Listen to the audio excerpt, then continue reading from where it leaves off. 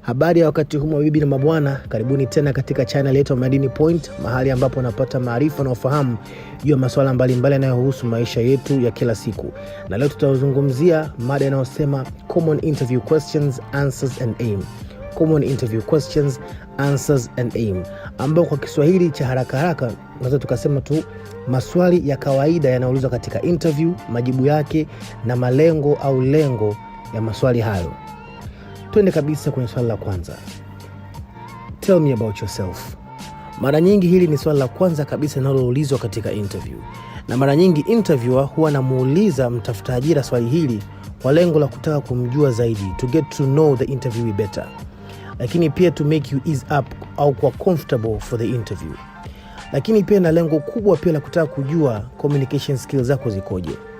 Hiyo ikimaanisha, how does the interviewee communicate clearly and professionally. Hivyo basi inashauriwa unapokuwa unajibu swali hili, nenda moja kwa moja katika elimu yako ya juu ambayo inaendana na nafasi ya kazi ambayo unaiomba. Epuka kuanza na elimu ya shule ya msingi au ya sekondari. Alafu baada ya kuelezea elimu yako, ongelea uzoefu wako wa kazi, na mwishoni kabisa malizia na skills ambazo unazo, lakini pia unaweza kumalizia na masuala ya kawaida ya kijamii kama familia, kama umeoa, umeolewa na mambo mengine. Kwa mfano, unaweza kuanza kwa kusema hivi: I am a holder of a diploma in marketing. And after achieving my diploma, I went for my very first job as a marketing officer for XYZ company, where I worked for 3 years. And after that, I decided to go on with my bachelor's degree. I did my bachelor's degree for 3 years. Then after graduating, I got another job as a marketing coordinator. I worked as a marketing coordinator for 4 years. And one of my major responsibilities are, utaanza kuzitaja 1, 2, 3.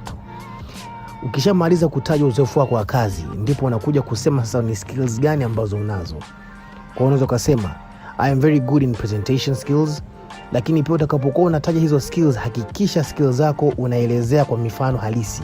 Unaposema niko vizuri kwenye presentation skills, sema ulifanya vipi au una practice vipi presentation skills. Kwa mfano unaweza kusema I am very good in presentation skills. When I was a marketing coordinator, I usually did presentations to different clients when I was pitching XYZ products or XYZ services for of my company. Kwa utataja skills kama 2 kama 3, ambapo baada ya hapo sasa unaweza kuanza kuongelea hobbies zako. Lakini hobbies ambazo zina complement pia au zinaonesha wadhifa au sifa zako. Kwa unaweza kusema I really like reading books. As of now I've already read 3 books, ukazitaja.